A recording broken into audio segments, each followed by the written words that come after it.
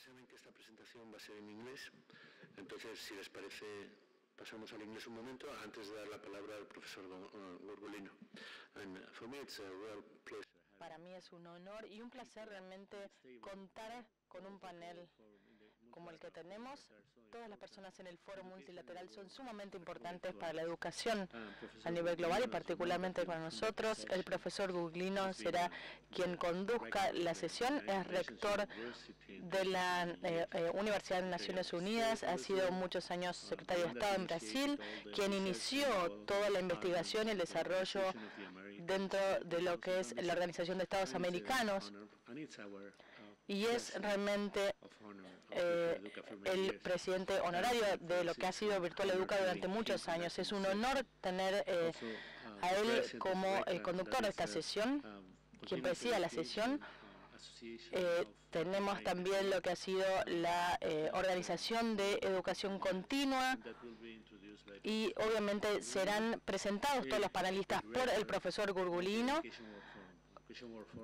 Dominique Savage, director de lo que es el Education World Forum, es un gran referente y estamos muy contentos de poder recibirlo hoy aquí. Y tenemos también a nuestro colega de Washington, D.C., de COS del Consortium de School Networking, ¿sí? El doctor Kruger.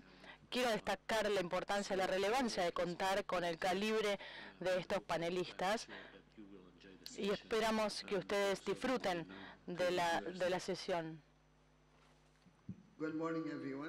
Muy buenos días a todos. Gracias, José María, por las presentaciones. Gracias. Iba a hacer una breve presentación de cada uno, lo voy a hacer de cualquier manera porque tengo breves biografías. Voy a empezar con el señor Dominique Savage, director del Education World Forum, del Foro Mundial de Educación. Fue director general del British Suppliers Association por más de 30 años. En 1985 formó el BETT, la sede de organización tecnológica para educación más grande en el mundo, con subsidiarias en todo el mundo. A lo largo de los años también asistió a comités en el Reino Unido sobre educación también, y lo que ha sido el Technology Association Group en el Reino Unido también.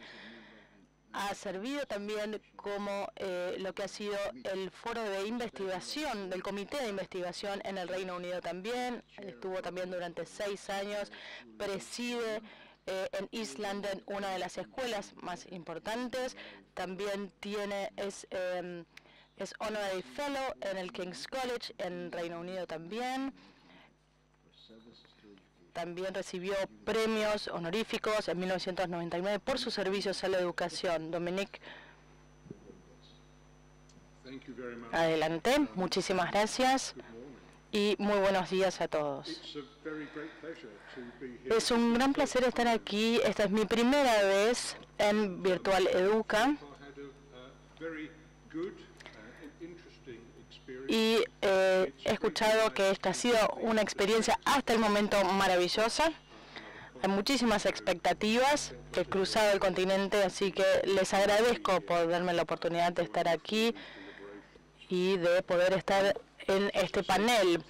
Simplemente para agregar algo sobre lo que es el Education World Forum, el Foro Mundial de Educación,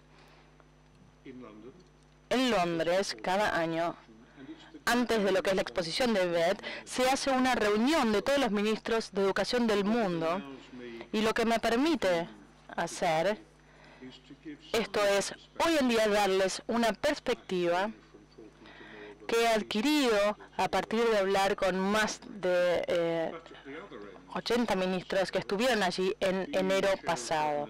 Pero aparte, al presidir lo que son toda la parte de gobernanza, lo que son escuelas secundarias en Londres, también he estado allí en lo que ha sido desde los comienzos de todo este movimiento en lo que es educativo.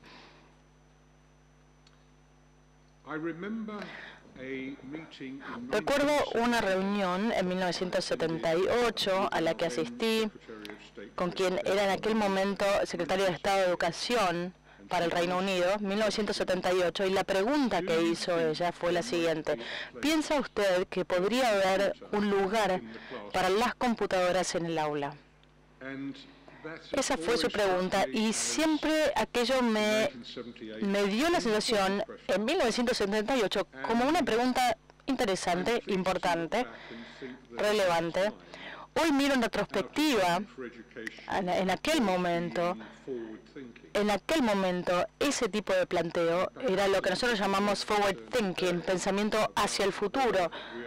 Y hoy pensamos realmente, si realmente somos tan volcados hacia lo que es el pensamiento del futuro, como lo fuimos en aquel momento a partir de esa pregunta. El año pasado en Londres, niños que habían estado en sus vacaciones de verano, utilizando las tecnologías, sus teléfonos inteligentes, habían regresado a las escuelas. Y ese tipo de dinámica tecnológica con los niños es algo que vamos a traer a nuestra presentación. En el Foro de Educación de este año, escuché que muchísimos ministros de educación que encontraban desafíos a partir de sus ministros de finanzas o de economía sobre cómo iban a lograr que sus sistemas educativos respondieran a lo que era la industria 4.0. Los ministros de educación recibieron este mensaje: sabemos que esto va a cambiar el mundo, sabemos que esto va a cambiar los puestos de trabajo disponibles, y ustedes tienen que responder a esto, y nosotros tenemos que dar esta respuesta. Y esto obviamente está llegando como un shock a muchos ministros, y considero que esto se relaciona con algo de lo que hemos estado hablando y lo que se ha estado hablando en la sala contigua. Nosotros solíamos basar nuestras vidas a partir de lo que nosotros sabíamos, de nuestro conocimiento, pero hoy en día esto es totalmente distinto, y si miramos hacia el pasado, ineludiblemente y sin ningún tipo de dudas, debemos saber que solo debemos saber aquello que no podemos acceder en línea. A mí me gusta pensar sobre estas declaraciones estas declaraciones que hace. Bueno, no puede saberse todo, pero uno puede acceder a la información en Internet. ¿Qué es lo que pasaría si uno estuviera en una isla desierta, sin ningún tipo de conexión a Internet? ¿Y cómo descubrirían cómo poder encender un fuego con 2 palitos, con 2 varillas?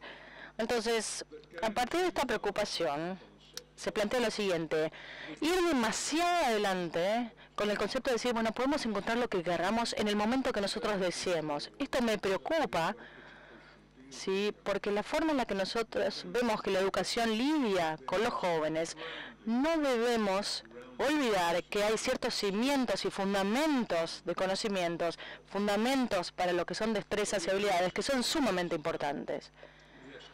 Ayer aprendimos que hay 79% de jóvenes en educación hoy en día que terminarán, cuando finalicen sus estudios, en puestos de trabajo que hoy existen, pero no van a existir cuando ellos egresen.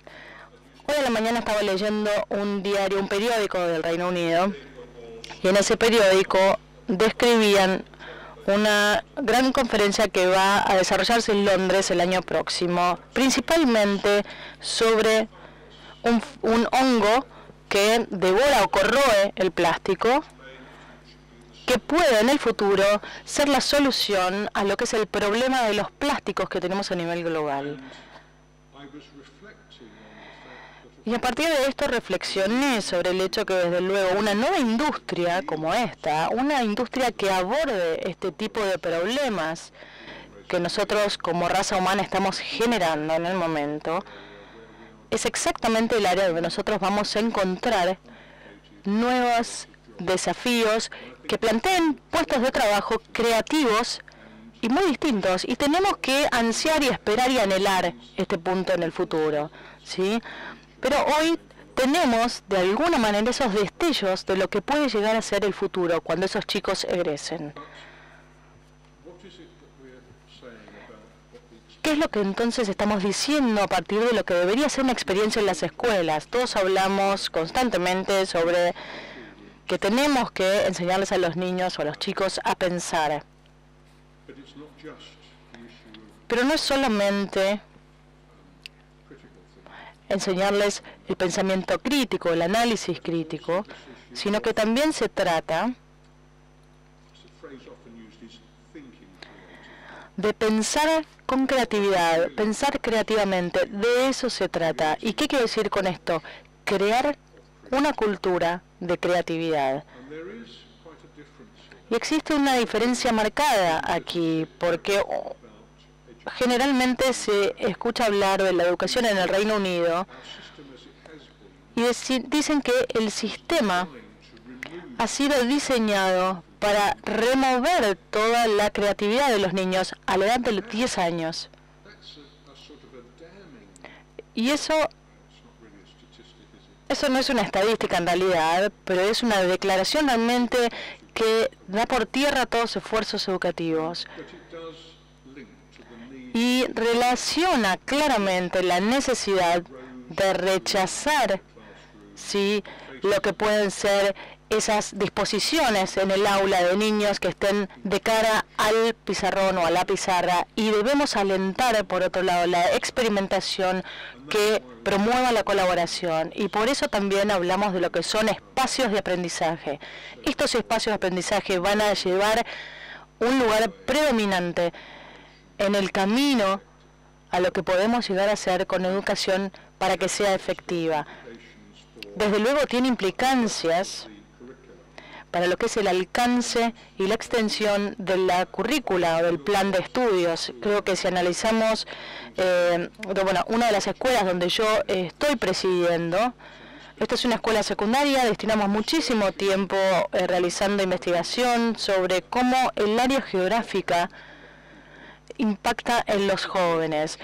¿Cuáles son las oportunidades de puestos de trabajo inmediatas en el área? ¿Qué es lo que nosotros encontramos? Que los jóvenes o los niños son mejores realizando estas tareas, porque hay diferencias, obviamente, dependiendo del lugar donde uno proviene, la cultura, la religión, desde luego. Pero todo este tipo de información, nosotros la utilizamos, la tomamos y la volcamos para definir el plan de estudios que vamos a ofrecer, particularmente en los últimos años, lo que hemos llamado los últimos años esenciales, ¿sí? Y hablamos justamente de cuarto y quinto año en lo que es la escuela secundaria para nosotros. Lo otro que es realmente importante es que para ser eficaces, desde el punto de vista de los jóvenes, para que ellos puedan ser creativos y, francamente, realmente que se puedan involucrar de manera activa. La escuela donde yo presido justamente esta junta está ubicada en una zona de East London que es que tiene bastantes desventajas. Hemos escuchado esto ayer con respecto ayer en las conferencias, en los paneles. Hay un número creciente de familias disfuncionales. En muchos países cada vez vemos más violencia callejera y hay muchísimas formas, muchísimas manifestaciones en las que los jóvenes se distraen o desde luego o ciertamente no lo suficientemente cómodos como para involucrarse activamente y participar activamente de la educación. Y lo que nosotros hallamos es que cada vez más las escuelas deben ser un proveedor de apoyo social. Y esto se extiende a las familias, así como a los niños que asisten a las escuelas. Entonces, en esta escuela en particular, creamos un área donde nosotros contamos ahora con trabajadores sociales y hemos reunido a todos los miembros del profesorado, del cuerpo de profesorado, y a todo el personal. Eso lo empezamos a implementar a principios de este año, pero espero que a lo largo del año podamos ver resultados positivos a partir de esta nueva implementación. Entonces, parte de la cuestión de lo que es el bienestar de estos jóvenes es que necesitamos también enseñarles lo que es la resiliencia. Y esto está bien.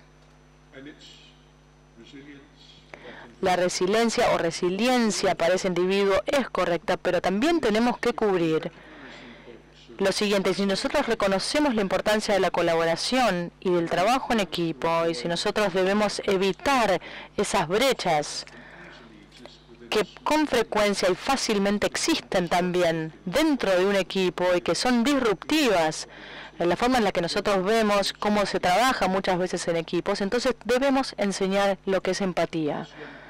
Como jóvenes, ellos necesitan tener conciencia de los demás a su alrededor, de sus habilidades, de sus discapacidades también, y deben ser capaces de abrazar esas realidades para poder generar una colaboración real. Entonces, la resiliencia, la empatía son dos términos que deberían ciertamente ser importantes y estar presentes en cualquier sistema educativo. Cuando nosotros analizamos y ciertamente celebramos las cifras, analizamos lo que es el sistema educativo en el mundo y vemos los resultados PISA, desde luego todo el mundo dice, bueno, Singapur es un maravilloso ejemplo de un sistema educativo maravilloso, pero debemos recordar que Singapur cuenta con un beneficio, y creo que estos sistemas de primera línea tienen beneficio. Uno es que los docentes tienen altísima estima en eso, son muy respetados en esos países. La vocación y la profesión docente es muy bien observada, y por otro lugar las familias valoran la educación, dan totalmente su apoyo a las escuelas.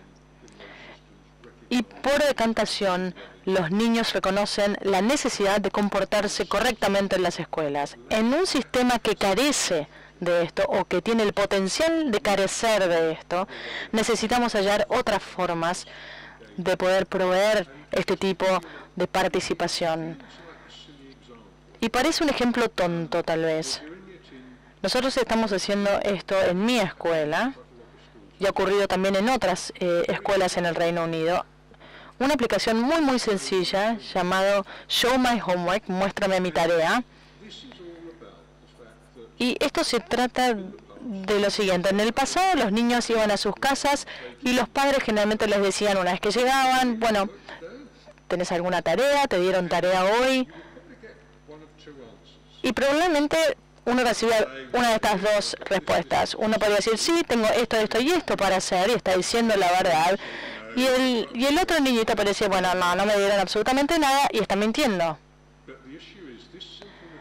Pero esta aplicación tan sencilla, en la que los docentes pueden incluir cualquier tipo de tarea que sale para que los niños realicen fuera del ámbito escolar, es una forma en la que sus teléfonos inteligentes, los padres pueden estar al tanto de eso, saber de qué se trata la tarea, obtener información si quieren ayudar o asistir a los niños con la tarea, y comenzó siendo sumamente eficaz simplemente por esa razón.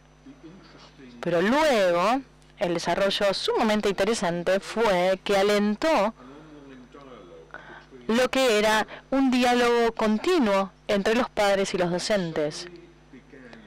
Y de pronto comenzó a revertir este proceso que nos preocupaba realmente con respecto a padres con familias que parecían alejarse de la relación con sus hijos, a una en la que hemos logrado el acercamiento de los padres con los hijos. ¿Sí? Esto es algo que ha sido sumamente eficaz.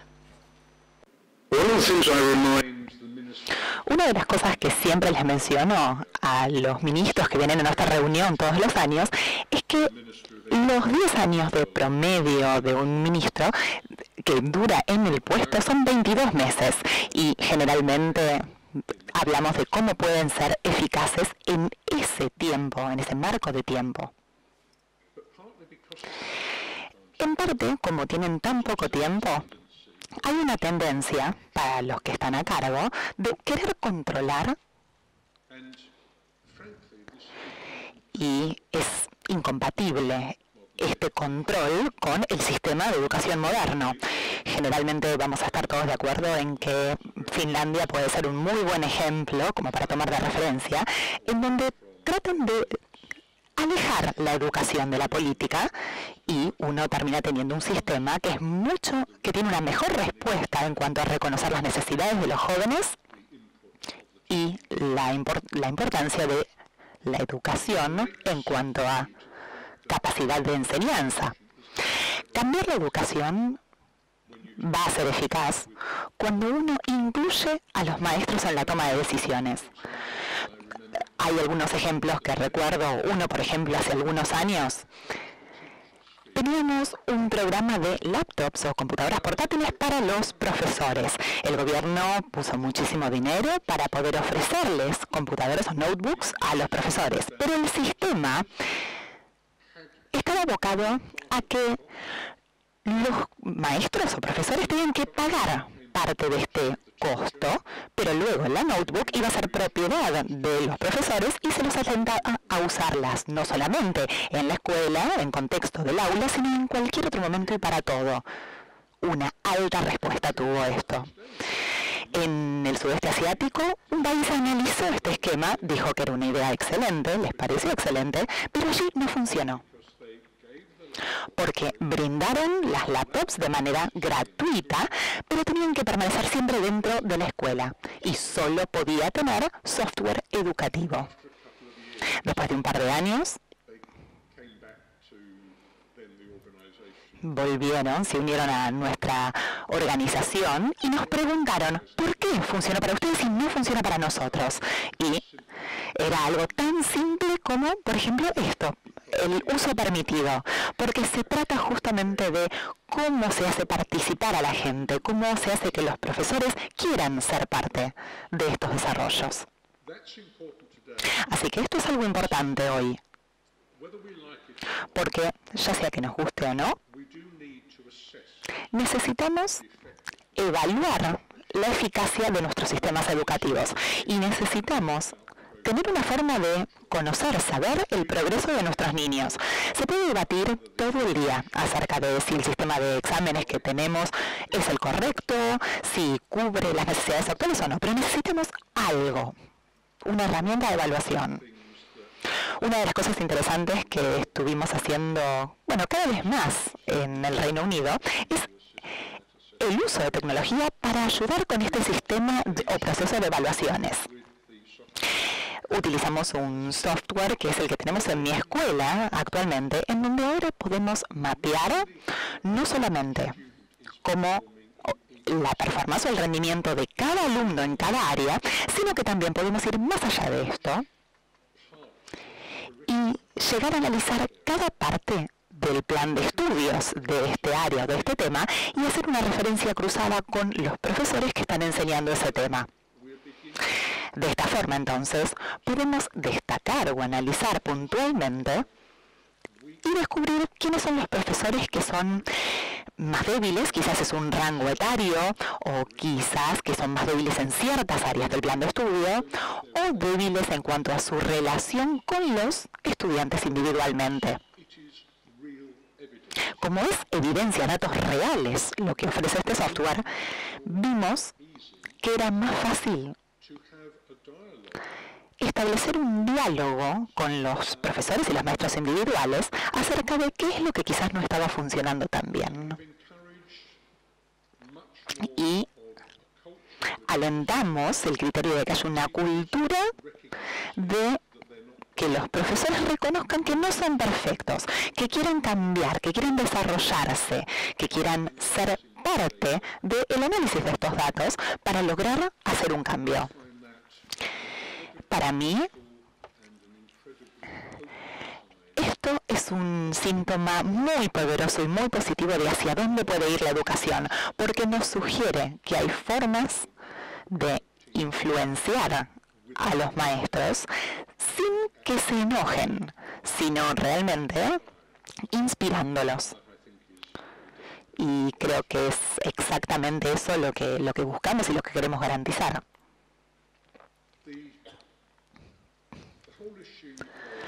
este tema de los datos, lo que se llama Big Data, tiene y va a tener un efecto masivo, cada vez más grande sobre la educación. Me interesa muchísimo desde el punto de vista de cómo podemos utilizarlo para reducir la carga de trabajo que tiene cada profesor y reducir asimismo la presión sobre los niños en cuanto a exámenes, pruebas. Pero también conozco los temas o las cuestiones con respecto a la protección de datos y el uso de los datos individuales por fuera del aula o por fuera de la escuela. Es un área en donde no puedo brindar realmente tantas respuestas actualmente, pero sí reconozco la importancia. Y reconozco esta importancia en parte porque ahora que tenemos más datos, más personas desean acceder a estos datos. En el Reino Unido hay una organización que inspecciona las escuelas y quieren tener los datos. Quieren tener datos sobre los alumnos individualmente. El Departamento de Educación quiere estos datos. Y el simple hecho de que estos datos pasen de la escuela al gobierno es algo que, que nos debe preocupar al menos, como para por lo menos asegurarnos de que vayan a recibir un uso adecuado y garantizar que no llegue a manos o a lugares a los que no tiene que llegar. Así que esto es una cuestión, el tema de los datos. Me intriga la cuestión de hacia dónde nos va a llevar la tecnología a futuro. Y creo que esto puede ser el comienzo de una arquitectura social diferente que va a ser muy interesante. De ninguna forma quiero decir con esto que estemos avanzadas en las ramificaciones, pero sé que nosotros por lo menos vamos a ver el comienzo del cambio y que va a afectar a los gobiernos y a todas las personas, a todos los individuos. Finalmente, está la cuestión de cuán preocupados deberíamos estar en cuanto a la velocidad de cambios en la educación. Es decir, para los países más desarrollados, en particular, por ejemplo, la inteligencia artificial es un tema esencial. Vamos a ver el impacto que tiene la inteligencia artificial en unos 3 o 5 años. Sugiero que sería ese el tiempo. Un niño que empieza la escuela hoy en día va a recibir algo completamente diferente a nivel educativo cuando termine su periodo educativo. Yo, antes de que empezara esta sesión, hoy aquí a la mañana, mi curso de ingeniería electrónica en la década del 70, estaba recordando eso, y el primer año de ese curso fue genial, lo disfruté muchísimo. Empecé el segundo año y una de las primeras cosas que los profesores nos decían en esa época era: disculpen chicos, se tienen que olvidar de todo lo que aprendieron el año pasado, porque ya cambió todo. Era esta época, creo que era el año 74, en donde los cambios eran tan significativos de un año al otro. Así que yo he pasado por este proceso, pero creo que el que viene a futuro es incluso más grande, absolutamente más grande.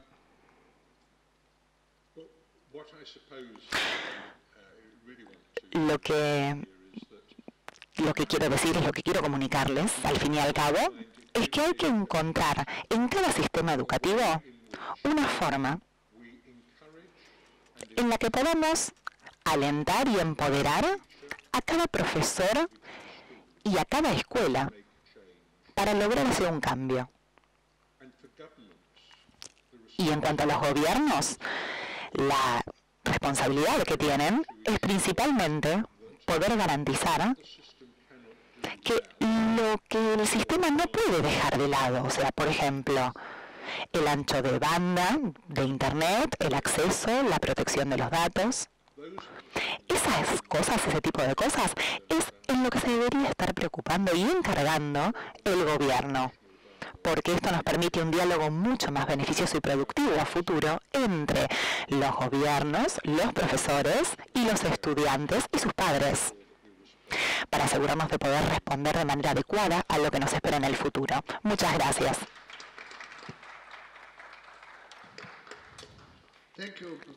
Muchas gracias, profesor Dominique, por esta presentación excelente, por compartir su visión de cómo se desarrolla todo a futuro, los desafíos, las oportunidades desde una perspectiva global. Ahora le pasaremos la palabra a Keith Kruger.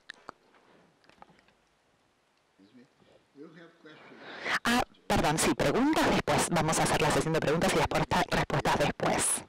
Le pasamos entonces la palabra a Keith Kruger, el CEO de COSN, el Consortium for School Networking. Trabaja en Estados Unidos y es un consorcio para redes escolares. Ha trabajado Keith Kruger durante 25 años en el COSN. En el 2016 lo eligieron como uno de los 10 principales personas que tienen mayor influencia en el área educativa. Es uno de los líderes y ha completado un trabajo recientemente acerca de la educación y el sistema educativo en Estados Unidos. Es un miembro de grupos de las TICs, tanto en Estados Unidos como en diferentes partes del mundo.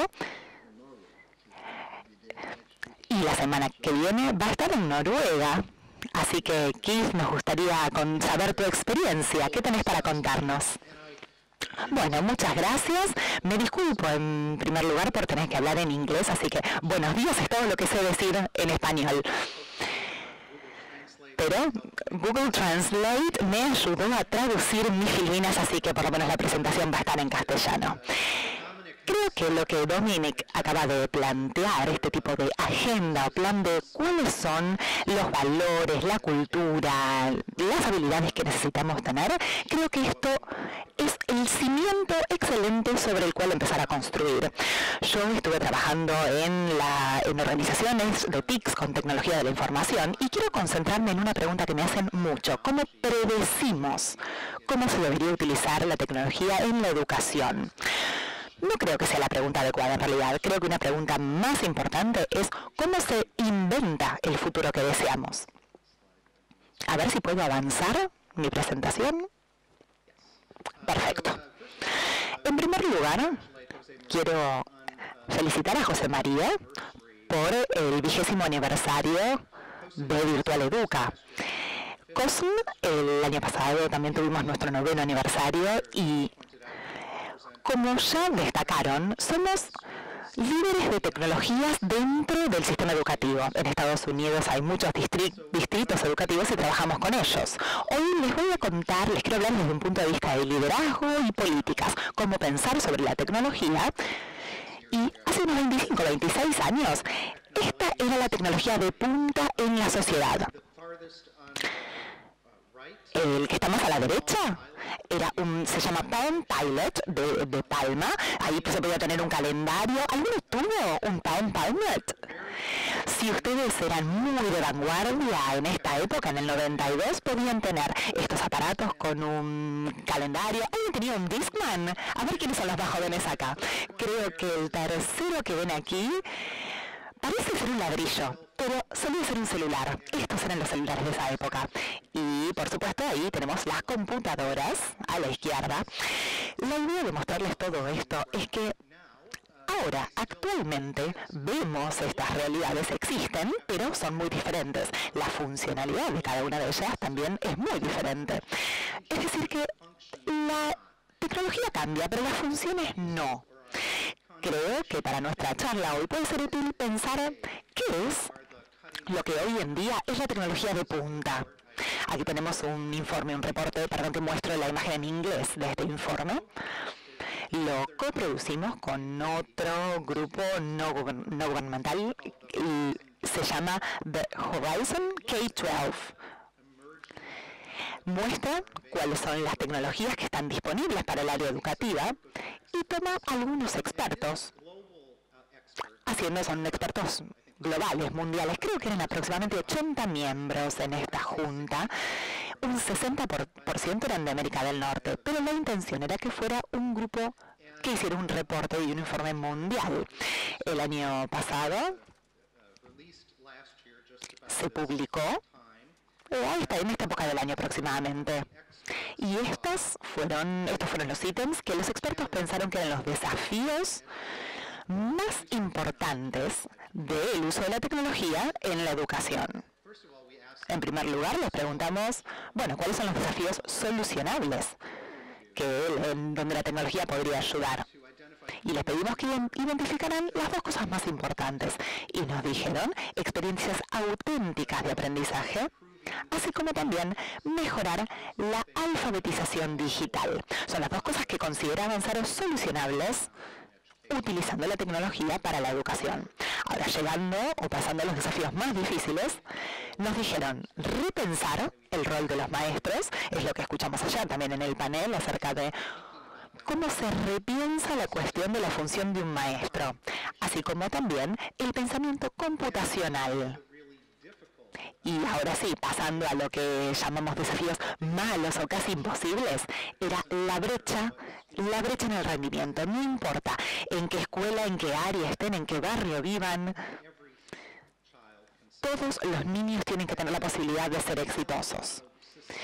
Entonces, este desafío también incluye sostener la innovación a través de los cambios de liderazgo.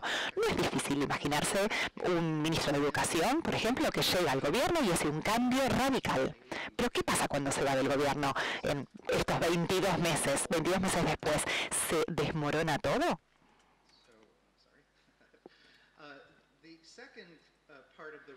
La segunda parte de este informe habla acerca de las tecnologías más importantes.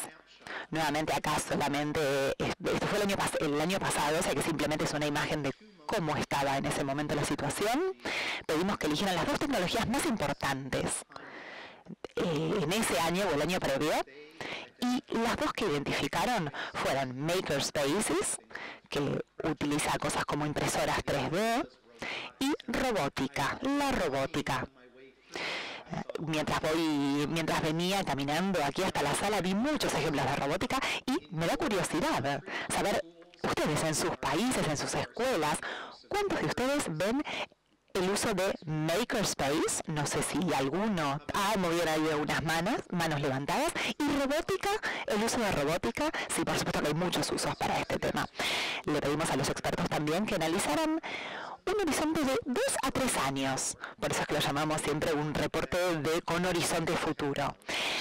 Tecnología analítica, nos dijeron. Dominic acaba de hablar de la importancia de los datos y la capacidad de hacer una predicción, un pronóstico. Así que mi curiosidad nuevamente, ¿sus escuelas hacen cosas como, por ejemplo, predicciones de tecnología analítica? No veo tantas manos en este caso. Y con respecto a la realidad virtual, ¿alguien trabaja? Empezamos a ver algo, que hay algunas manos levantadas, empezamos a ver la realidad virtual aplicada. Cada vez que uno trata de hacer este tipo de predicciones hacia dónde vamos a futuro, uno nunca sabe si esto va a ocurrir o no. Pero creyeron que la inteligencia artificial y el Internet de las cosas son dos de los ítems, dos de las tendencias desde el punto de vista del área de los consumidores actualmente, pero que quizás pueden migrar al área educativa. La razón por la que empecé a mencionarles o contarles sobre este informe no es para darles una respuesta, sino que es simplemente lo que un grupo de expertos analizó y pensó que podía ser útil en el área educativa. No estamos hablando de tablets que caigan del cielo para darnos la respuesta, sino que este análisis es una forma de permitirles a ustedes en sus escuelas, universidades, ministerios, de empezar a tener un diálogo. ¿Qué es lo que tratan de resolver? ¿Alguna de estas tecnologías nos puede ayudar a solucionar este problema que estamos tratando de resolver actualmente?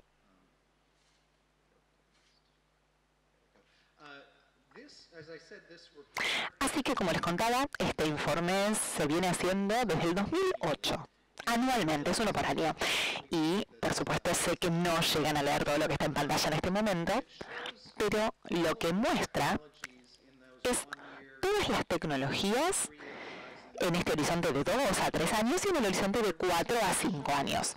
La razón por la cual les muestro esta imagen es como para mostrarles que la tecnología cambia constantemente. Hace algunos años podíamos hacer un podcast y era genial si lográbamos incorporar un podcast en la educación. La tecnología móvil, por ejemplo, hace algunos años, o incluso la parte de computadoras en la nube.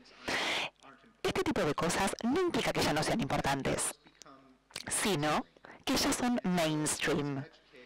Entonces, como educadores o como líderes educativos, tendríamos que concentrarnos un poco menos ahora en la tecnología y un poco más ahora en el por qué. Hoy Dominic ya habló al respecto y también ayer escuchamos este tema en el Foro Mundial Económico en Davos el año pasado. Hizo un reporte muy importante que dijo que estábamos entrando en una nueva revolución industrial, que es lo que llaman la cuarta revolución industrial. Debo decir que la primera vez que lo escuché, dije, ¿pero cuáles fueron las 3 primeras? Entonces armé esta filmina. En 1800 la primera revolución fue con el vapor. De repente, los trenes y los barcos podían trasladarse y esto cambió la forma en la que se manejaba la industria. En 1900 se llevó 100 años, pero la electricidad en esa década es la que creó la revolución industrial. Y desde 1980 aproximadamente es la revolución de la información, computadoras e internet. Lo que dicen en este foro académico mundial es que ahora estamos pasando a algo tan profundo y tan radical como los cambios previos. Estamos pasando a la época de las máquinas inteligentes, de inteligencia artificial. Las máquinas no solamente van a captar las cosas que nosotros les decimos, sino que cada vez se van a volver más inteligentes ellas mismas. En este informe también se indica, quién sabe si es preciso o no los datos que dan, pero que para el año 2030 la mitad de los trabajos en el mundo o bien van a quedar eliminados o bien van a ser nuevos. Esto es un desafío radical para la educación, porque uno de nuestros trabajos es preparar a los estudiantes para el mundo que los espera. Y ni siquiera sabemos al día de hoy cuáles van a ser los trabajos a futuro, aunque creo que Dominic ha hecho un muy buen trabajo al identificar algunas de las habilidades necesarias o algunas de las tendencias para poder aprender continuamente y que esto no desaparezca en el futuro. Puede haber cosas más automatizadas, necesitamos que haya creatividad, automatización, colaboración, todas estas palabras del pensamiento crítico que mencionaron antes, todas estas cosas van a ser cada vez más importantes, aún más en el futuro.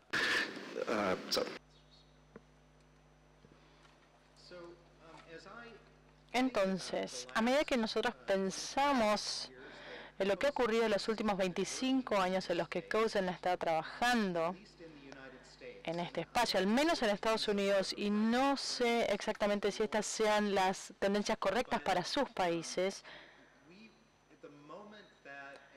pero el momento en el que la tecnología entró en el aula, se planteó la pregunta acerca de lo que nosotros llamamos la brecha digital. ¿Qué pasa con los estudiantes que no tienen estos dispositivos? Y la conversación se centró en estos dispositivos. 20 años atrás el foco estaba puesto en obtener una conexión básica a Internet en cada escuela y en cada aula. Esto no ha desaparecido, pero el momento que empezamos a hablar de esta brecha digital, también hemos visto una tendencia de largo plazo en lo que ha sido la seguridad de Internet. ¿Cómo nos aseguramos de que los estudiantes están alineados de manera en la que no están expuestos a lo que puede ser contenido inadecuado? Entonces planteamos filtros en lo que es la tecnología, incorporamos estos filtros y al menos muchos en Estados Unidos dicen, nosotros pensamos en la tecnología en las escuelas como una máquina de lo que podría ser un banco de datos, ¿sí? Como un cajero automático que hace muchas cosas, pero no tan buenas porque en realidad está como demasiado anclada. La tercera tendencia, nosotros realmente tuvimos políticas Y tenemos políticas que prohíben ciertos usos dentro de lo que son redes sociales, para lo que son dispositivos móviles.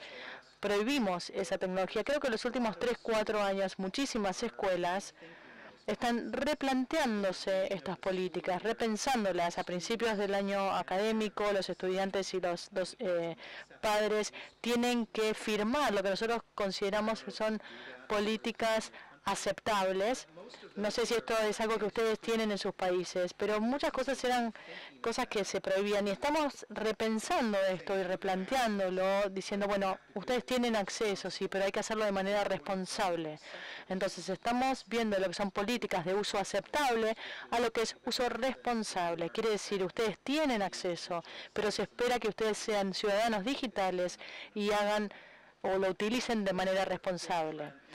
La cuarta gran tendencia, esas 3 tendencias anteriores creo que ya hemos visto en Estados Unidos, que esto ha ocurrido ya. La cuarta es donde estamos en estos momentos en Estados Unidos. Dominic hizo un buen trabajo en poder plantear esto y me refiero a lo que es la privacidad de datos. Hay una oportunidad lo que son datos a un aprendizaje más personalizado. Esta es una gran oportunidad. Sin embargo, si nosotros no tenemos esos derechos de privacidad, los hacedores de políticas, los padres, no nos van a permitir compartir estos datos. Entonces, esto tiene que salir bien. Y por último, si bien nosotros empezamos a hablar de lo que era una brecha digital, nosotros pensamos, y lo hemos visto en Estados Unidos, creemos que hay un nuevo diálogo que no gira en torno simplemente de tener acceso básico a Internet, tener un dispositivo, sino banda ancha, acceso a banda ancha, no solamente en la escuela, sino en todos lados, ¿sí? Fuera de la escuela, extramuros, también en el hogar. Y esta es la discusión que se está dando ahora en Estados Unidos, porque por lo general aquellos niños de lo que son niveles socioeconómicos más bajos, que suelen ser menores, que minorías también, negros, hispanos, son los que no suelen tener acceso en casa. ¿Sí? Sus escuelas han migrado a lo que es digital, pero no sabemos si ese acceso en los hogares ocurre. Entonces, vamos a ver si eso no lo garantizamos, vamos a ver ampliado esa brecha digital que queremos zanjar.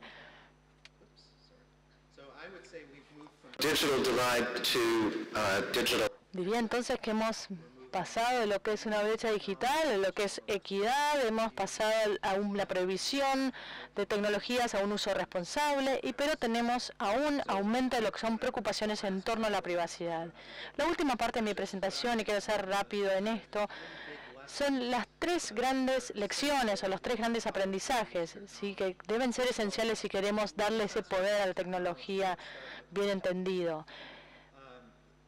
Lo primero que tenemos que hacer es plantearnos el porqué. Lo segundo es desarrollar la capacidad humana. El desafío mayor que tenemos con la tecnología no es la tecnología per se, sino los seres humanos. Y por último, tenemos que desarrollar y crear esta cultura de innovación que ha planteado ya Dominic. Esta es otra diapositiva de ese informe Horizon, el Horizon Report. No lo voy a leer, pero en este informe nosotros comenzamos con lo que son las tendencias claves, cuáles son los problemas que queremos solucionar en la educación. Y aquí es donde los líderes en educación tienen que centrarse. En segundo lugar, debemos concentrarnos en lo que es el liderazgo. ¿Qué es lo que las personas deben hacer? Hay una variedad de cosas que hacen en Estados Unidos, incluyendo lo que es capacitación para lo que son nuestros jefes de TICs, desarrollo con los superintendentes. Pero en última instancia necesitamos crear una cultura de innovación, y creo que todos en esta sala podrían decir, ¿hay algún profesor o docente particular o una escuela particular donde están haciendo cosas maravillosas con la tecnología? Entonces, encontrar una isla de innovación es una parte, ¿sí? El problema es cómo podemos conectar esas islas y hacer de estas islas un sistema, un archipiélago, ¿sí? Y no dejarlas como islas aisladas.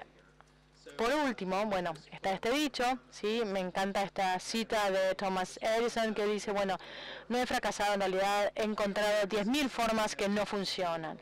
Entonces, esto es algo que nosotros inicialmente no dejamos que ocurra en la educación, pero si vamos a probar esto con la tecnología, los hacedores, formuladores de políticas, los líderes en educación, tienen que darse cuenta, asistimos a conferencias como estas, o lo que es el Foro Económico Mundial, o el Foro Mundial de Educación, o COSEN, y escuchamos lo que son los proyectos, el Bright Shiny Project, estos proyectos maravillosos, ¿sí? Y cómo se pudieron visualizar estas realidades. Y todos sabemos que no es así como funciona en la realidad. Si uno va a los pasillos, toma el café con alguien y dice, bueno, ¿cuáles son los errores que ustedes cometen? ¿Sí? Y es cuando hay un sinceramiento. Entonces tenemos que ser mucho más honestos con respecto a los fracasos. Y por último quisiera mencionar que el informe Horizon,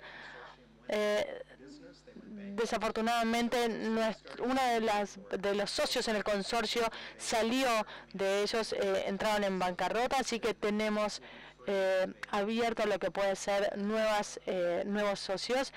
Si ustedes están queriendo obtener este informe, va a estar disponible de manera gratuita. Y por último, quiero dejarles la invitación a nuestra conferencia anual en Portland, Oregon, el próximo abril 2019. Por último, cierro con una cita de Winston Churchill, ¿sí?, que tengo que ver en mi diapositiva. Ahora, este no es el final, no es ni siquiera el principio del fin, sino que quizás sea el fin del principio. Muchísimas gracias. Muchas gracias, Keith. Muy buenas ideas, nos has dado mucho que pensar. Tenemos un orador más y es un gran placer contar con su presencia hoy aquí. Él es de la Red de Educación Continua en América Latina y Europa. Su sigla es RECLA, RSLA. Es Marco Lorenzati, que es presidente de RECLA. Es secretario también de lo que es la Universidad Blas Pascal aquí. Es director ejecutivo en Córdoba de una escuela de administración. Es miembro de la Junta de la Cámara de Comercio de Argentina. Así que es un placer darle la palabra a Marco Lorenzati. Tenés 20 minutos, Marco. Bueno, no sé quiénes tuvieron la oportunidad de estar en la presentación de Virtual Educa el día lunes, donde tuvimos al ministro de Educación de Argentina, el alcalde de la ciudad de Buenos Aires y, bueno, el secretario general de Virtual Educa. Creo que no estuvo guionado ni coordinado los discursos de cada uno, pero los tres tuvieron una coincidencia para mí central, que fue mencionar la importancia de la formación a lo largo de toda la vida, como una preocupación y ocupación de todos los que estamos en materia de educación. Educación a lo largo de toda la vida implica lo que nuestros colegas estaban comentando, reflexionando sobre las edades tempranas, escolares, por supuesto la etapa universitaria, pero sobre todo hoy se amplía la brecha de oportunidades de formación para la vida y para el trabajo. Fundamentalmente me voy a ocupar de hablar más de la formación para el trabajo, porque indudablemente tenemos una expectativa de vida mayor. Lo que acaba de decir Kate sobre la reinversión de los trabajos, la expectativa de que el 2030 la mitad de los trabajos sean al menos diferentes. Todo esto nos produce una presión a quienes estamos en la educación continua de reinventarnos, pero sobre todo de profesionalizarnos para poder dar respuestas a la sociedad mucho más certeras y efectivas. RECLA es, como decíamos, es una institución que reúne a unas 90 universidades de educación que tienen como foco el estudio de la educación continua y la profesionalización de la misma. Estamos en 17 países en Latinoamérica y Europa. Para nosotros, educación continua, para iniciar con una definición, yo tengo una anécdota. En Buenos Aires hace un par de años la Universidad de Bolonia hizo el kick-off de un proyecto internacional aquí sobre lifelong learning, y la reunión que estaba prevista para una mañana para sentar las bases del proyecto que duraría 2 años, esa reunión de 3 horas duró 2 días solamente para definir qué era educación continua, porque hay muchas acepciones. Hay algunos que lo toman desde las edades más tempranas, hay algunos que se focalizan en los adultos, algunos orientados exclusivamente a la formación para el trabajo, otros para el desarrollo personal. Bueno, costó mucho llegar a una definición. La de RECLA es la siguiente. Es una modalidad educativa que complementa al sistema formal. Cuando hablamos de educación continua en RECLA, hablamos de educación no formal, es decir, educación que no conduce a títulos homologados por los ministerios, dirigida a personas que en cualquier momento de la vida deciden acceder a opciones flexibles de capacitación, actualización, especialización o perfeccionamiento en áreas del conocimiento que contribuyen a su desarrollo para capacidades tanto por expectativas de crecimiento personal como profesional. Ese es el marco en el que trabaja RECLA. La educación continua no es un concepto novedoso ni reciente, es algo que ha estado vigente durante todo el siglo pasado, pero ahora toma mucho más impulso. De hecho, tenemos vínculos con asociaciones de educación continua como la americana, en Estados Unidos, que funciona desde 1915, en Europa desde el 90, en España, en México. Hay diversas asociaciones que tienen cierta trayectoria en el tema. RECLA tiene 21 años. Educación continua a lo largo de la vida. Lo pongo acá como pregunta. ¿Es una expresión de deseo? ¿Es una utopía? ¿Es un imperativo social al que debemos atender con urgencia? Yo creo que es un poco de sí a cada una de estas preguntas. Como ustedes conocen el Índice de Desarrollo Humano, que es un indicador que los países llevan para compararse y ver qué grado de desarrollo humano tenemos, tiene fundamentalmente 3 variables. Una es garantizar una vida larga y saludable. La otra, el derecho y la posibilidad de adquirir conocimientos a lo largo de esta vida. Y, por supuesto, disfrutar de un estándar de vida decente. Como vemos, de las 3 variables, una, la central, es la adquisición de conocimientos. Y si vemos que la esperanza de vida es uno de los componentes fuertes del Índice de Desarrollo Humano, tomé algunos países de la región. Brasil ha crecido la esperanza de vida de 54 años en el año 60 a 75,2, es decir, ha crecido en 20 años la expectativa de vida. En Argentina ha crecido en 10 años, de 66 a 76 años, y Colombia de 56 a 74, 18 años más. Incluso todos estos países están por encima de la media mundial y de la media de Latinoamérica. La reflexión implícita aquí es que al menos 20 años en Brasil, 10 años más y 18 años en Colombia, tenemos capacidad, como mi colega y amigo de 90 años que sigue tan activo y deseoso de aprender y contribuir a la sociedad, vamos a seguir teniendo inquietudes de reconvertirnos en el mercado laboral y cuando el mercado laboral ya no sea nuestra prioridad, vamos a tener inquietudes de desarrollo personal. Entonces, yo me imagino tomando cursos de fotografía a los 85, 90, quizá a los 100 años. Con lo cual, la educación continua ya empieza a tener un protagonismo en la sociedad mucho mayor del que supo tener. Voy a señalar a partir de estos slides algunos desafíos que tenemos las universidades, quienes estamos en la educación continua universitaria. Bueno, prepararnos para una demanda mayor y más exigente de entrenamiento. En el día de ayer, rectores de universidades privadas y públicas de Argentina comentaban un dato que yo no lo tenía tan preciso, pero también me hizo pensar. En el 2014, en la reunión de rectores de universidad en Río de Janeiro, se proyectó que para el año 2025 la población de estudiantes universitarios en Latinoamérica se va a duplicar, llegando a los 45 millones. de estudiantes. Imagínense el impacto de duplicar la población estudiantil en cuanto a las demandas de formación continua. Las universidades históricamente, y si le pido a un ex rector que lo desmienta, si es así, históricamente nos hemos dedicado a fabricar profesionales entregando títulos de grado.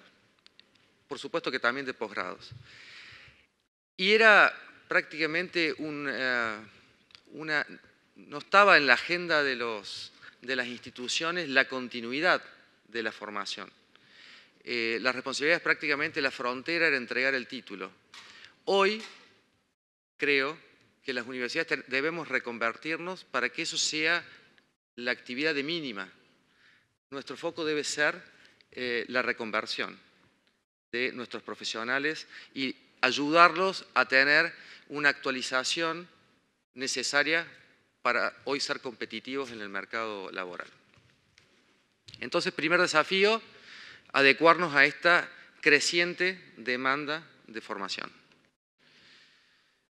Decimos que la educación continua no es un concepto nuevo, pero debemos aumentar la conciencia de la importancia de la educación continua en nuestras universidades, ya que hasta ahora son áreas marginales.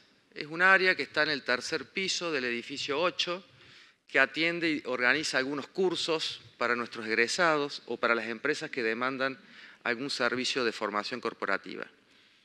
Hoy es necesario, y lo estamos viendo la tendencia en nuestro ecosistema de 90 universidades, ya empiezan a conformarse vicerrectorados de educación permanente, empiezan a crearse consorcios de universidades que hacen sinergia con ofertas de educación continua.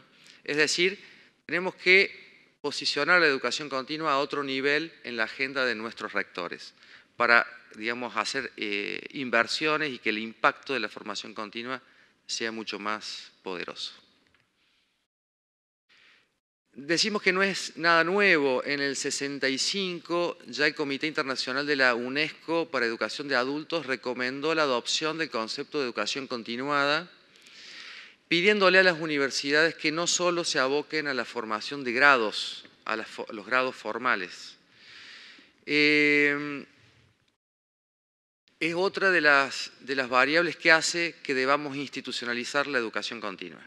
Por eso promovemos mucho el involucramiento de rectores en nuestros foros para repensar la educación continua desde una perspectiva institucional. Quiero hacer una aclaración que en el mundo universitario, y puedo hacer la analogía con los bancos ¿hasta cuándo van a existir? Y hasta que las regulaciones los sigan protegiendo. Las universidades, ¿hasta cuándo vamos a existir? Hasta que las regulaciones y los monopolios de la entrega de títulos de grado nos sigan protegiendo. Pero en realidad, en materia de educación continua no estamos solos. Yo diría que tenemos solo una porción del mercado educativo. Hoy las empresas forman parte, las consultoras, las empresas, incluso los profesionales y los individuos forman parte del ecosistema de la formación permanente. Hoy un experto en una materia, en una disciplina, perfectamente puede tener su blog, puede tener tecnología que es muy accesible y generar una startup sobre contenidos digitales de su especialidad. Y ese individuo, con suerte esa pequeña pyme, esa pequeña empresa, perfectamente puede competir en calidad y pertinencia con los contenidos que ofrezca una universidad. Entonces el desafío de las universidades está en ser agudos en las lecturas de las demandas sociales y proponer ofertas que realmente impacten en la formación profesional. Respuestas rápidas y relevantes. Ese es el desafío que acabo de mencionar. Se habló recién, nuestros colegas hablaban de esta cuarta revolución industrial y lo que subyace de esta cuarta revolución industrial, que son nuevas tecnologías, Internet de las cosas, Machine Learning, Big Data y todo lo que ustedes ya conocen, que hasta hace poco era algo romántico mencionar todos estos términos, estaba en la futurología, pero parecía no formar parte de la agenda actual. Hoy empieza a ser una demanda central de las organizaciones públicas y privadas. En el caso mío, que trabajo en una universidad privada, el programa más demandado que tenemos para empresas es el de transformación digital. Las empresas están muy preocupadas y ahora ocupándose en cambiar el mindset de analógico a digital. ¿Cómo hago para que la generación de los gerentes corporativos de entre 40 y 50 años pasen de una lógica analógica tradicional a un mindset digital? Esa es una demanda hoy muy exigente en el mercado, por lo menos de Argentina. Tampoco van a poder leer esto, pero este es un gráfico que muestra en el eje horizontal las distintas etapas de la vida, de cuando somos jóvenes, estudiantes universitarios y vamos creciendo, y en el eje vertical las distintas etapas de desarrollo profesional, desde posiciones de analista más operativas hasta posiciones de management o conducción de equipos. Y en la última opción, la alternativa de ser un emprendedor o un entrepreneur. En cada una de esos cruces entre los dos ejes hay distintos formatos existentes de formación continua. Programas ejecutivos que dan las empresas, programas que dan las escuelas de negocios, programas de extensión universitarias, los tan conocidos MOOCs, las plataformas abiertas con contenidos masivos y online. Es decir, hoy nos encontramos con infinitas soluciones de formación para nuestra formación profesional y personal.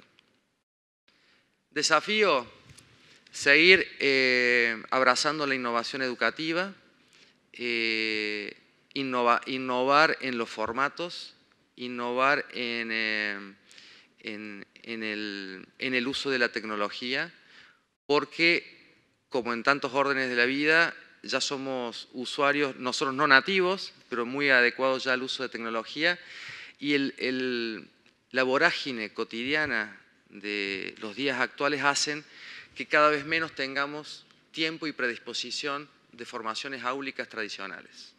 Entonces, una educación continua pertinente es una educación continua mucho más breve, más seccionada en pastillas menos ambiciosas en cantidad de contenidos y competencias y muy situadas en lo mobile. Ese es el desafío reinante hoy. Otro desafío importante es la capacidad que tengamos las universidades de salir de la formación disciplinar como preocupación exclusiva e ir a la formación de competencias soft, que comienzan a ser tan demandadas como las competencias verticales o disciplinares. Cuando formamos un ingeniero en una universidad, nuestra preocupación es que conozca las bases de álgebra, que conozca las tecnologías de la ingeniería civil o de la ingeniería de software, pero hay poco esfuerzo curricular por incluir, por ejemplo, estas 10 competencias rankeadas por el World Economic Forum en el 2016 de el pensamiento creativo, people management, coordinación con otros, empatía, negociación, flexibilidad cognitiva, resolución de problemas complejos. Yo no he visto nunca en una carrera de ingeniería materias que tengan estas denominaciones. Y tampoco he visto formación docente para que los docentes, digamos, curricularmente exijan a los alumnos estas competencias. Sin embargo, cuando este ingeniero sale al mercado, hoy las empresas dan vuelta al currículum. Le preguntan al candidato qué hace en su vida particular, qué hobby tiene, qué deporte hace, cuántos hijos, cuáles son sus inquietudes, a dónde le gusta viajar. Y finalmente hablan de su profesión y sus competencias duras. Con lo cual, otra reflexión para las universidades, empezar a incluir la formación de competencias soft dentro de las prioridades. Bueno, mucho se habla en estas jornadas, en esta semana, se ha hablado y se viene hablando En Argentina se celebraron los 100 años de la Reforma Universitaria, un movimiento estudiantil que nació en mi ciudad, en Córdoba, y que permeó a todas las universidades de Latinoamérica. Y allí se reflexionó mucho sobre los ODS y fundamentalmente el objetivo 4, que es el más conectado con Virtual Educa porque habla de educación. Si lo leemos, que es muy breve, dice garantizar una educación inclusiva, equitativa y de calidad y promover oportunidades de aprendizaje a lo largo de toda la vida para todos.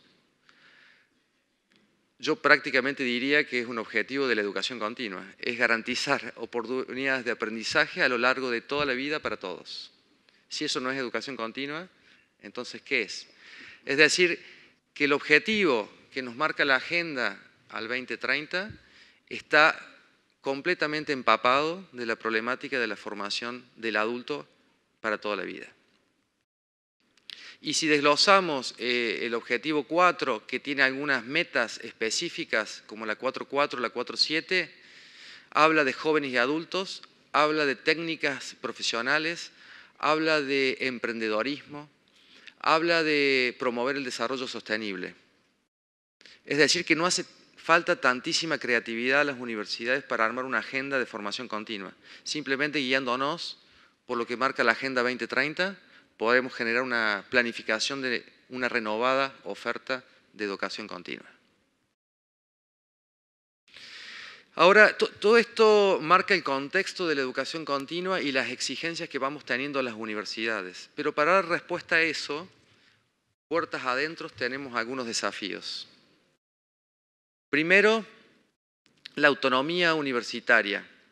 Bueno, hay partes en portugués. La autonomía universitaria nos pone un planteo. Siempre las universidades estamos en nuestra torre de Babel y nos sentimos protegidos por este concepto de la autonomía.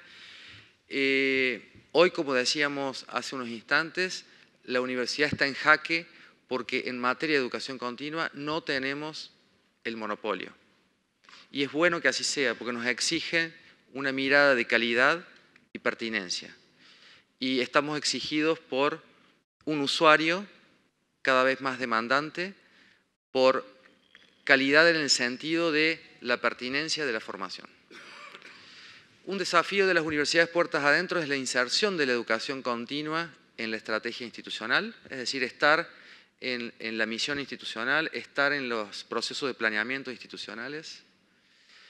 Un desafío interno es elegir un modelo de educación continua, de gestión de la educación continua, cómo nos abastecemos de programas con estructuras centralizadas en áreas productoras de conocimiento o en estructuras descentralizadas más cerca de las facultades que son quienes manejan el conocimiento situado en cada disciplina. ¿Qué hacemos con los requisitos de acceso? ¿Mantenemos los criterios típicos de las formalidades de quien ingresa a una universidad tiene niveles previos o aceptamos otros tipos de públicos? ¿Reconocemos aprendizajes previos, aprendizajes adquiridos en la informalidad, aprendizajes que no tienen diploma? ¿Los reconocemos? ¿Los certificamos? Estamos habituados a realizar autoevaluaciones y acreditaciones en los sistemas más formales, en los grados y en los posgrados. ¿Y qué pasa con la educación continua? ¿Qué grado de autoevaluación y autocrítica hacemos a nuestros procesos? Vamos a estar abiertos como universidad a la transferencia de créditos. Si un estudiante de mi universidad hace una diplomatura en marketing digital, ¿esos créditos los puede utilizar en una carrera de grado o de posgrado? ¿O ese conocimiento queda encriptado y sin posibilidad de usarse en otro nivel? ¿Cómo financiamos la educación continua? La financiamos a través de empresas que formen su capital humano, se financia a través de aranceles, a través de becas estatales. Estrategias educativas. No es lo mismo formar en un aula virtual o presencial a un joven de 17 a 19 años ingresante a una universidad que formar a una persona de 30 años que tiene familia, que tiene un trabajo, que tiene responsabilidades. Las estrategias didácticas, pedagógicas deben ser diferentes. Está de más decir la necesidad de la inserción de la educación virtual. Cuando hablo de la educación virtual, no solamente en formatos virtuales, sino en los formatos presenciales, incorporar prácticas de la virtualidad. La internacionalización, y la internacionalización concebida incluso sin movilidad física, que es una gran barrera que tenemos las universidades. La expectativa que tenemos todas las universidades es de viajar, hacer experiencias, mover docentes, mover estudiantes, pero cada vez esto, si bien crece, está lejos de cubrir una población importante dentro de las universidades. Siempre son minorías las que tienen acceso a este tipo de experiencias. Pero utilizando la virtualidad y el concepto de la internacionalización en casa, se puede potenciar el concepto de la interculturalidad. Y obviamente el desafío de abrazar la Agenda 2030 de los ODS. Para todos estos desafíos, RECLA ha constituido una red que tiene cobertura en 17 países, somos 91 miembros, universidades públicas muy grandes como la Universidad de la República del Uruguay o la Universidad de Santiago de Chile, universidades privadas importantes, el Tecnológico de Monterrey, la UOC, que es una universidad, la Oberta de Cataluña, que nació virtual y continúa virtual, con cobertura en España y todo el continente americano, universidades más pequeñas en países como Ecuador, Guatemala, Panamá. Somos un consorcio de universidades que lo que promovemos es el intercambio de experiencias, de buenas prácticas. Tenemos premios que valoran los esfuerzos de las universidades por avanzar en estos criterios de calidad. Le damos mucho espacio al relacionamiento institucional, el networking. Creo que el capital relacional más importante que tengo en mi trayecto profesional es tener en mi móvil el teléfono de 90, 95 colegas que lideran áreas de educación continua y poder en cualquier momento escribirles un WhatsApp y hacerle una consulta de cómo resuelven la contratación de un docente, qué están haciendo por la inserción de la transformación digital en sus programas académicos o cómo están dando cobertura a la formación de competencias blandas. Creo que ese capital relacional provisto por una red es lo más valioso que ofrece RECLA. Bueno, y para que conozcan dos palabras más sobre RECLA, tenemos ciclos de webinarios permanentes, tenemos pasantías, hacemos experiencias físicas visitando centros para conocer sus prácticas de gestión, hacemos investigaciones, estudios del arte, de la educación continua, tenemos un programa de becas cruzadas, universidades que ofrecen becas y candidatos que las toman. Tenemos comisiones de trabajo, una de ellas es una comisión de educación continua virtual que la lidera la Universidad Blas Pascal y está constituida por el TEC de Monterrey, la Universidad Nacional de Colombia de Educación a Distancia, la UTPL de Ecuador, que es pionera en educación a distancia, la Escuela Politécnica Nacional de Ecuador, la Universidad de Guadalajara, que también en México tiene mucha trayectoria en esta materia. Y por supuesto tenemos dos encuentros, como toda red, presenciales. El próximo, y están todos invitados, del 9 al 12 de octubre en la ciudad de Medellín. Estas son algunas fotos de nuestros encuentros, reuniones, talleres, discusiones de casos. Bueno, eso era lo que quería compartir con ustedes. Muchas gracias. Muchas gracias, Marco Lorenzetti. Mira, como empezamos un poco tarde nuestra sesión, aquí se habló que las universidades posiblemente mencionó que pueden desaparecer. Mira, las universidades están viejitas ya con 1000 años, por lo menos, y yo aprendí cuando me visitaba en Asia, en Japón y China, que hay universidades de más de 2500 años, con nombres diferentes, pero de verdad ha sido lo mismo.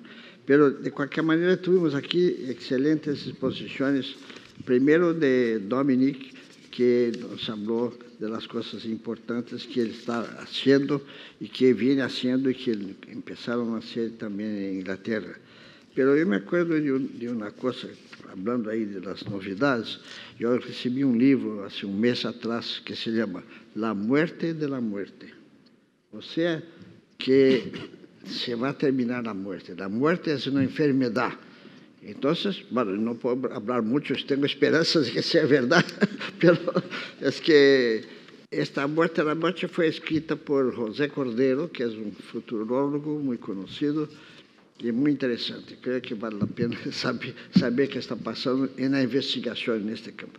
Pero el caso que escuchamos aquí, la presentación de nuestros dos eminentes oradores, y ahora la parte de Marco Lorenzetti debe haber dejado a ustedes con algunas preguntas. Entonces, pero I hope you have some questions after hearing the speakers this morning, good speeches. So I'll now give you the floor. So please take your turn. Por favor, please.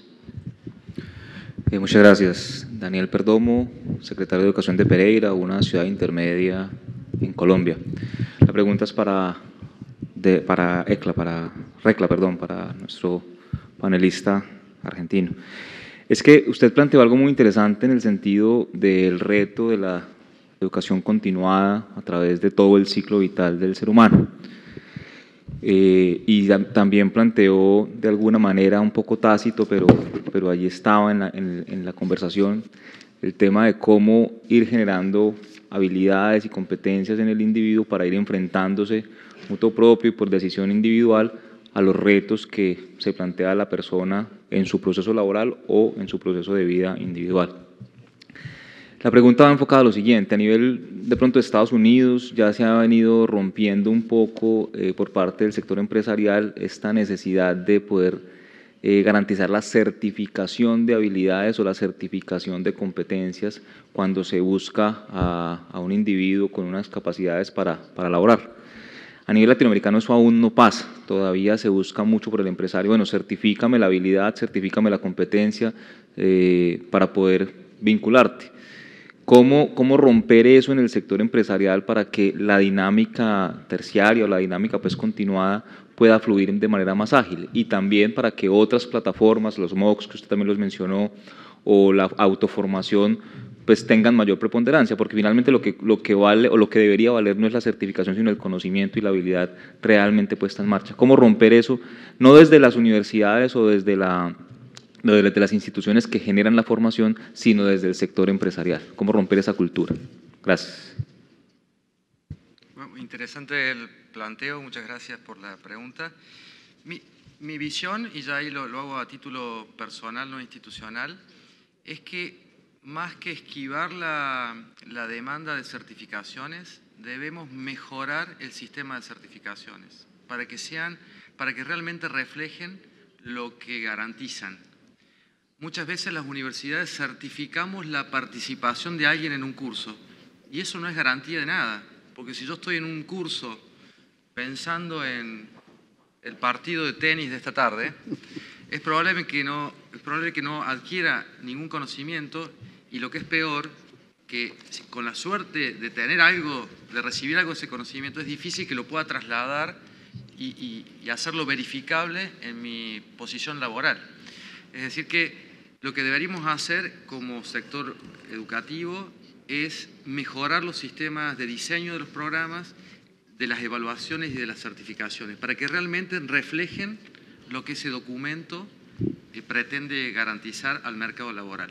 Y las empresas, incluso muchas de ellas, en América Latina no se ve tanto, pero sí en Estados Unidos y Europa, han dado un paso grande a tener sus propias universidades. Generan las universidades corporativas, que no son universidades académicas, pero que en definitiva es una búsqueda de conocimiento más alineado a las estrategias del negocio de cada empresa. Y es una respuesta que las universidades no hemos sabido dar. Pero tenemos la oportunidad como universidad académica de ser aliados de las universidades corporativas y ser proveedores de conocimientos y sobre todo de metodologías de enseñanza y aprendizaje que sean efectivas. Yo creo que el desafío de las universidades está allí. Esa es mi visión. More questions? Please. I have a question for Dominic. Dominic, on your worldwide perspective, based on your experience at the Education World Forum, which is the role that we need to see from the labor unions in the education? Lo que son sindicatos en esta transformación educativa. Latinoamérica y, bueno, en el caso de Argentina específicamente, estamos atravesando una situación con justamente los sindicatos de docentes. ¿Cómo podemos lograr que ellos se involucren en esta solución a partir de la transformación educativa que nosotros estamos buscando, desde lo que puede ser una perspectiva de políticas públicas? ¿Tienes experiencias para compartir con nosotros? La experiencia a la que puedo referirme desde el punto de vista del Reino Unido, ¿sí? Desde esa perspectiva con respecto al tema que plantea, nosotros solíamos tener una serie de distintas asociaciones de docentes, distintos sindicatos de docentes en el Reino Unido. Y ellos iban desde un extremo de este continuo a otras que tenían unas que tenían una motivación puramente política, cuáles eran las condiciones de servicios de los docentes, sus pagas, sus salarios, y en el otro extremo tenían una asociación particular que en realidad no tenía nada que ver con eso y solamente quería abordar lo que era la profesión, el desarrollo de la educación, las mejoras de lo que era el aprendizaje. Curiosamente, lo que ocurrió en el Reino Unido es que esos dos extremos del espectro se han acercado. Hemos tenido una serie de fusiones de este tipo de sindicatos de docentes y hoy en día todos estos sindicatos que existen tienen un espectro completo y cabal con respecto al interés en lo que los demás hacen. Pero esta estructura es interesante porque creo que la respuesta a tu pregunta comienza con la idea de que aún cuando la relación entre lo que puede ser un gobierno, ya sea estatal o federal, con un sindicato puede comenzar siendo difícil y problemático, en realidad, reconocer que tiene que haber un espacio en común, algún tipo de terreno en común entre lo que puede ser la esfera de educación y un sindicato, y se llegue a trabajar más sobre lo que son los puntos en común y llegar a ver qué es lo que ese punto en común podría ser más importante, de más valor para todas las partes. Lo que quiero decir con esto es que los gobiernos necesitan pensar más sobre lo que ellos quieren en términos educativos de sus docentes, y del mismo modo los sindicatos tienen que decir, bueno, ¿cuál es el quid pro quo para esto? Esta es la forma en la que nosotros nos tratan, cómo nos perciben. Entonces, parte de este problema en todo el mundo, en Japón, por ejemplo, nosotros hablamos de esto más temprano, donde el estado del docente sí es considerado como una persona sumamente respetada en la comunidad, en la sociedad. Hay muchos países que han perdido este respeto hacia lo que es la profesión docente. Entonces, ese efecto va a tener incidencia en cómo se aborda el sindicato de docentes. Y desde luego está la credibilidad del docente al referirse a los docentes como personas clave en lo que es el desarrollo de la comunidad. Tiene que existir esa confianza una vez que está claro para los docentes que ellos tienen un rol particular significativo que desempeñar. Creo que esto va a comenzar a ayudar a entender y a hallar esos puntos en común para diseñar las soluciones, de lo que de otro modo son problemas que están demasiado apartados de las dos partes. Desde lo que es la perspectiva estadounidense, quiero decir lo siguiente: cuando la conversación a nivel nacional con lo que eran sindicatos de docentes comenzaron en términos de lo que era cómo se ve el aprendizaje, cuáles son las destrezas y habilidades que tienen que tener los estudiantes, cómo podemos disminuir la carga de trabajo de los docentes y nos empezamos a centrar en aquellas cosas que eran más importantes. En ese caso, los sindicatos han mostrado muchísimo más apoyo. En los casos donde fue lo contrario, en algunos estados vimos que gobernadores han dispuesto sus campañas donde la tecnología se planteaba como algo que iba a eliminar los puestos de trabajo. Y en ese caso, claramente, los sindicatos docentes no han brindado su apoyo. Entonces, cuando nosotros logramos mostrar cómo podemos dar más poder a los docentes a partir de la tecnología, entonces creo que logramos que entren y que se sumen los sindicatos docentes al plan. Quiero responder desde lo que es la perspectiva de Estados Unidos en torno a lo que es nuestro plan de tecnología nacional en educación. Hay dos. Una es lo que es equidad digital o igualdad digital, y eso es asegurar y garantizar que todas las aulas en las escuelas, y diría más allá de eso, ¿sí?, aún lo que ocurre en las familias de bajos ingresos en sus hogares, que tengan acceso a eso. Y la segunda, creo que también hablaste de lo que es el acceso, la capacidad de que sea asequible, ¿sí?, y eso es algo sumamente importante y crítico, al menos en Estados Unidos, ofreciendo esa asequibilidad. Esto incluso para estudiantes con necesidades especiales, ¿sí?, que pueda ser accesible, ¿sí? Es importante si podemos empezar a pensar en acceso para todos y cómo construimos este acceso para todos, porque como aprendices, como estudiantes, todos tenemos distintas formas de aprender. Entonces, si podemos utilizar la tecnología para hacer que los conocimientos sean más accesibles para todos los tipos de estudiantes, sabemos que es muy costoso lograr una retroalimentación de la tecnología si no ha sido diseñada para lograr este acceso. Entonces, lo que los gobernadores deben hacer es tener esta expectativa de lo que es del acceso para todos cuando se diseñan y se compran esas tecnologías. Por el contrario, o lo que puede ocurrir cuando uno lo compra y luego tiene que reajustar o reacondicionarlo para que sea accesible para todos. Entonces, buscar soluciones accesibles, pero cuanto más logremos esta capacidad de acceso desde su incepción, es decir, desde su inicio, desde su diseño, mucho más fácil va a ser llegar a que sea accesible para todos. En el Reino Unido tenemos lo que nosotros llamamos un Pupil Premium, una prima por estudiante, y esto es un proyecto del gobierno central en donde las escuelas tienen la posibilidad de evaluar a cada uno de sus estudiantes. Esta evaluación tiene un estándar, pero tiene que ver con quién tiene una desventaja. Esta desventaja puede venir en el Reino Unido de lo que puede ser una persona que no es hablante de la lengua madre, o puede ser una discapacidad física. Todo esto se reúne y se considera, y hay dinero adicional que es enviado a esa escuela específicamente y asignado específicamente para brindarle ayuda a esos estudiantes que son elegibles por discapacidad.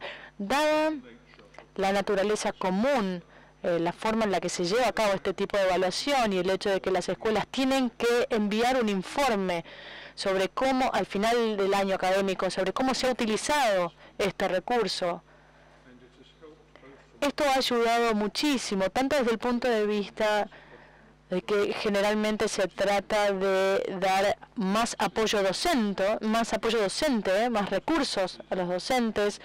A veces se transfiere lo que puede ser tecnología adicional, a veces es tecnología en el hogar, y esa prima por estudiante se puede utilizar de distintas maneras. Ese es uno de los métodos de intervenciones exitosas que hemos experimentado.